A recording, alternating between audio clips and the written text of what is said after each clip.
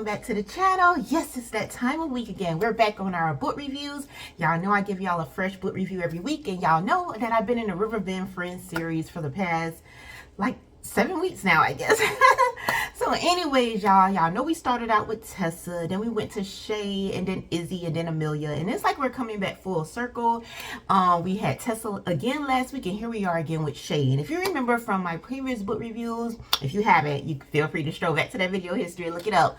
But yes, Shay was the one that was a little bit more negative, and it was a little bit more challenging being in her head. I told y'all, I was like, oh my goodness, this is just so much, because she just had too much going on, and she just didn't really see that light at the end of the tunnel, and that was a problem for me. But then I understand. I mean, the girl is like 15 years old. I mean, what do you really expect? I can't really put too much on her, but at the same time, it still was a lot. But here we are back again with Shay, and I have to say it's a little bit better being in her head this time around. It's like she matured, almost like a like a total year went by already, I think, and she's a little bit mature, and I appreciate that, because it was a little bit easier dealing with her this time around. So this book is really kind of tying up some loose ends that we had dealt with in her very first book. There she learned who her biological father was, as you already remember, excuse me. Like, she lost her adoptive father, who was like her real father her entire life. She always had issues with her grandmother. It felt like her grandmother just was a little too much, like just really did too much, and always had something negative to say. She was like one of them like prissy, like people like always put together, and Shay is like the total opposite. Shay is a girl who's like love being outdoors. She loves working with horses. She just loves being in the trenches, I guess, and she doesn't mind getting her hands dirty, because that's what she enjoys. That is her passion. Being around animals, just loving animals, and especially horses in particular. So in this book, we still dealing with her grandmother. Her grandmother still don't know how to just watch her mouth. Her grandma just says things that just, it would just make you think like, girl, don't you know, like, don't you have any home training? As much as she is so put together, you would just think that she knows how to talk, but she just like so forward and direct and just says anything. However, I mean, I understand being honest and being blunt if you know the situation calls for it, but at the same time, when you're dealing with a child, a younger person, you need to know how to just tread softly and kind of get a feel of what's really going on.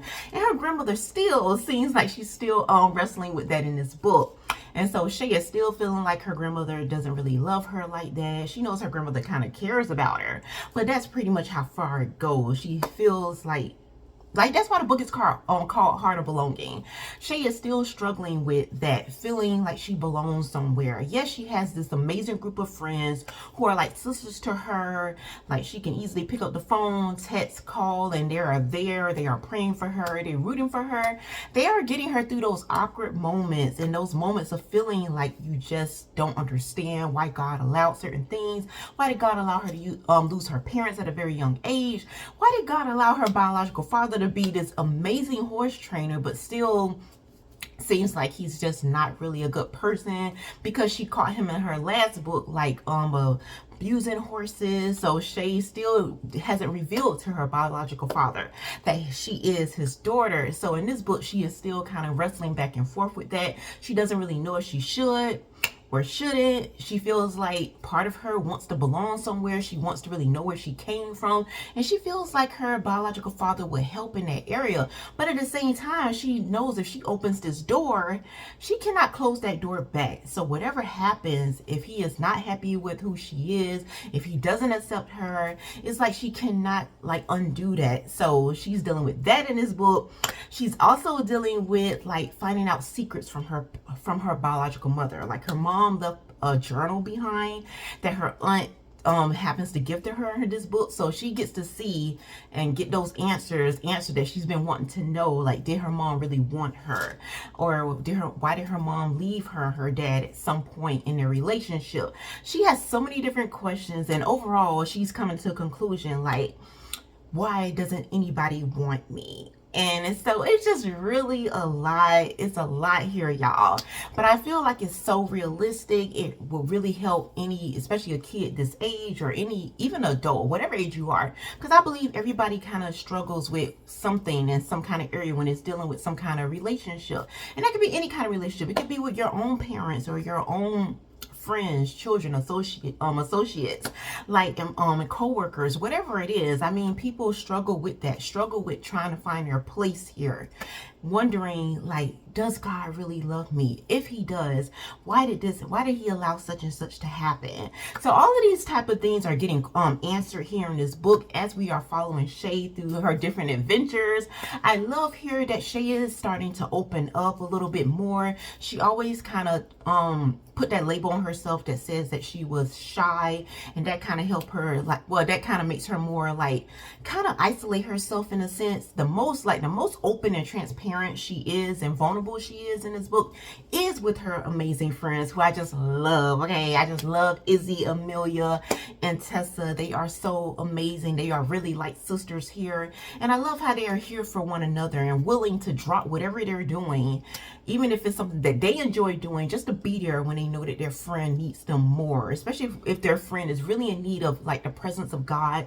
And as we know, not many of us have seen God with our physical eyes, but sometimes it is so helpful to just to see him in another human being, or to see him in an animal, or to see him just in, you know, the way that the wind just touches your skin, or the way that the ocean, just the waves play, you know, in the ocean like that. It's so cool to just see the presence of God and just the little things that we probably take for granted every day. And so I just love that here in this book, the girls are really here for one another in that way, like really trying to be that presence of the Lord for one another, because we know that we need that. Ultimately, that's what we all long for. We all long just to be near him and be as close to him as possible. So yes, that is all I'm going to say about this book, because I really don't want to give away any spoilers. But yes, this is the the sixth book, right? Yes, the sixth book. Oh my goodness, let me look, y'all. Okay, the sixth book. Yes, the sixth book, because the seventh book comes out in June. So I'm really, really excited about that. But it doesn't come out until like June, I think the end of June. So we got a bit of time to wait for that. So in the meantime, as y'all know, I'm going to have to move on, which is a little bit sad because y'all know how I am. I really don't like to move on when I get attached, okay? These are like my friends, but at the same time, I still have to be on the lookout for some really cool stories for you all that you don't typically come around and you don't really see people doing on YouTube. So yes, I'm going to be looking into something else. I ain't going to tell y'all, this will be a surprise. We'll get into it this week. But that's really all I have for you. But we're going to get into our scripture today, which will be coming out of Psalms chapters 27, verse 10. This is perfect for Shay. Homegirl needed this, all right? When my father and my mother forsake me, then the Lord will take care of me. So that's all I have for you for this video. Y'all remember to drop your comments, y'all opinions, your thoughts, your overall just perspective in the comment section below, so we can continue this conversation there. Y'all know I always get back with you all. So until next time, may the Lord bless and keep you both now and forevermore.